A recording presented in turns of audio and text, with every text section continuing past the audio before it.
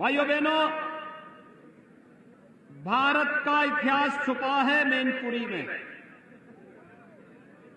मैनपुरी में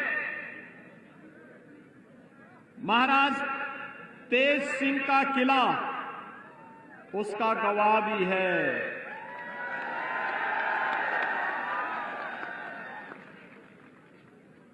लेकिन इतिहास सदैव अपने आप को दोहराता है। बीच के कालखंड में इटावा, मैनपुरी और इस आसपास के क्षेत्रों को बदनाम करके रख दिया था। अराजकता पैदा करने वाले तत्व, राहजनी करने वाले तत्व, दंगाग्रस्त और तमचावादी तत्व सत्ता में काबिज होकर के आम जनता का जीना हराम कर दिए थे। लेकिन भाइयों बहनों, 2014 में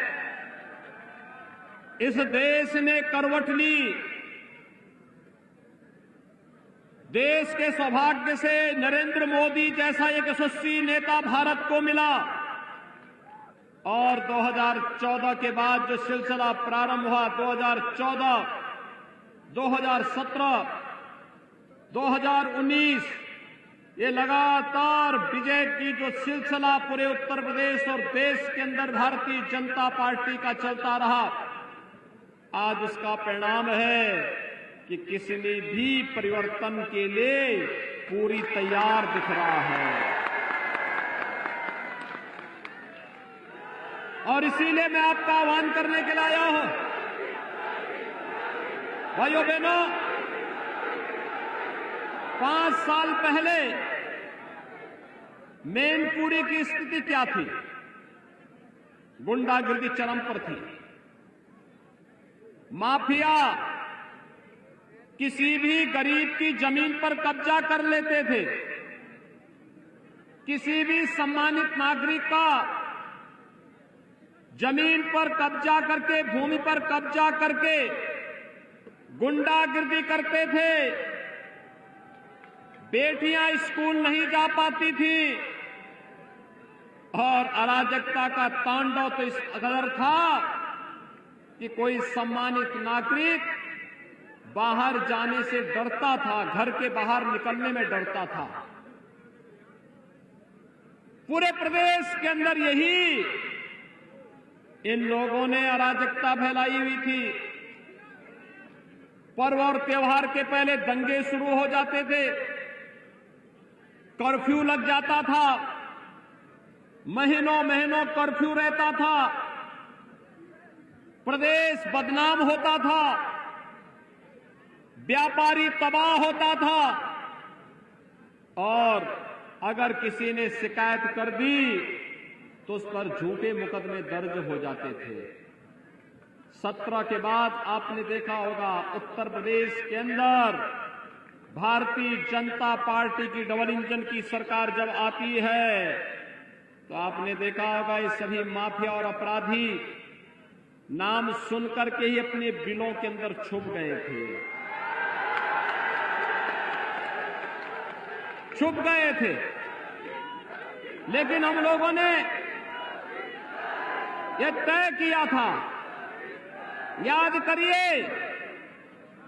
करिए जब 2012 में समाजवादी पार्टी की सरकार आई थी। भाइयों बहनों, नाम तो इनका समाजवादी है, काम तमंचावादी है और सोच परिवारवादी है। अपने परिवार और खानदान के बाहर वो सोच ही नहीं सकते। मैं यहां पर देख रहा था राजीव प्रताप यादव महासभा मैनपुरी के अध्यक्ष हैं। भाइयों बहनों, आखिर राजीव प्रताप यादव क्यों नहीं विधायक हो सकता था, सांसद हो सकता था? ये एक ही खानदान के सारे लोग क्यों होंगे? लेकिन चूंकि सोच परिवारवादी है इसलिए किसी दूसरे को पनपने ही नहीं देंगे, आगे बढ़ने ही नहीं देंगे। और यही तो करते थे ये लोग। पर्व और त्योहार आता था, दंगा शुरू कर देते थे।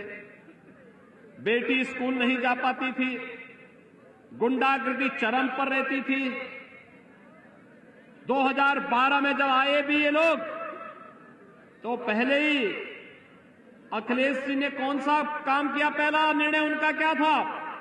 हमारी आस्था के प्रतीक भगवान श्री राम के मंदिर पर अयोध्या में जिन आतंकवादियों ने हमला किया था, उन आतंकवादियों के मुकदमे वापस लेने के लिए फाइल पे साइन किए। इन्होंने पहला काम यही किया। हमारी फोर्स पर, सीआरपीएफ कैंप पर हमला करने वाले आतंकवादियों के मुकदमों को वापस लेने का काम किया। हमारी कचहरियों पर आतंकी हमला करने वाले आतंकवादियों के मुकदमों को इन्होंने वापस लिया। यानी इनकी सोच और इनकी संवेदना गांव के विकास के लिए नहीं, गरीब के उत्थान के लिए नहीं, बेटियों की सुरक्षा के लिए नहीं, अन्नदाता किसानों के लिए नहीं, नौजवानों के रोजगार के लिए नहीं, इनकी संवेदना तो होती थी आतंकवादियों के प्रति, अपराधियों के प्रति। और इसलिए हम लोग जब आए 2017 में, तो हम लोगों ने सबसे पहला काम किया, बेटियों की सुरक्षा के लिए एंटी रोमियो स्क्वाड का गठन किया। 36,000 करोड़ रुपए की लागत से प्रदेश के 86 लाख किसानों का कर्ज माफ किया।